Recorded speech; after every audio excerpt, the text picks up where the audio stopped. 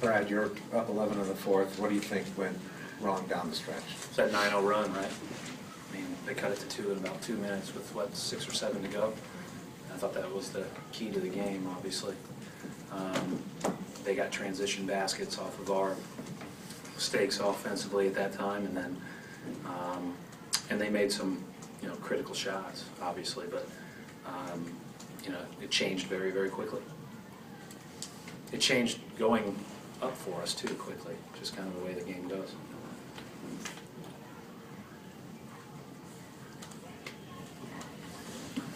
Coach, at the very end there, the shot that Sullinger took, in that situation, that's about as good a shot as you can probably get at that point. Were you pleased with the shot attempt you got at that point? Yeah, I was actually surprised he didn't miss it, the free throw. And Gerald made a nice pass, nice play. Obviously, us having to go to the floor on the one play and use one of our timeouts hurts you in that moment, but but yeah, that's as good of a shot as you can get at that time. Brad, what was the reason for matching them and going small in the fourth quarter? And do you think there needs to be a time where you force them to go big? Yeah, because we were big and they went on a 9-0 run to cut it to 2. That was the reason. I mean, obviously, and from that point on, we lost by 4. But when they went small with Joe Johnson at the 4, that's a different predicament than even going small with Teletovich at the 4. Brad, on that final play, obviously you brought in Gerald specifically for the pass. How did you discover his ability to throw the ball the length of the court like that, and why do you go to him in that situation? You don't work on those things a ton, but you have them in case you need them.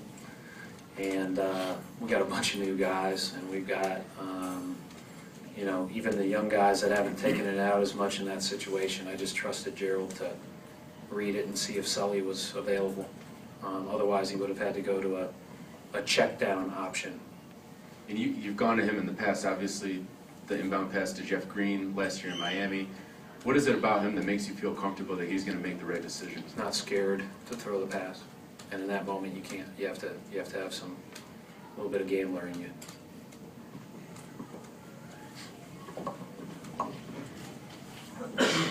Is there anything you could have done with Jack in terms of those mid-rangers? I mean, it seems like that's his. Yeah, I mean, I think that in retrospect, maybe you do, but I thought that when we really locked in on the pick and rolls, we were good, and when we were a little bit lax, just a little bit off his body, we were in trouble. We made him pass it late, multiple possessions in a row. We did a much better job. But yeah, he's a great mid-range player. He's a great mid-range player, and really hurt us today.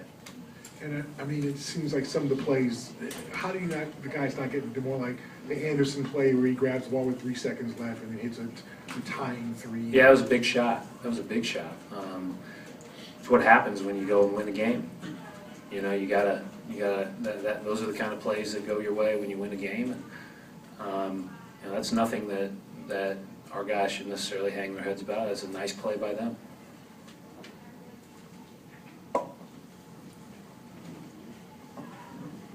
Coach, obviously didn't end too well, but third quarter, some good stuff, and especially it seemed like Marcus Smart really added some great energy, and of course that one play where he dives, makes the steal, and throws it down. Yeah, it was great.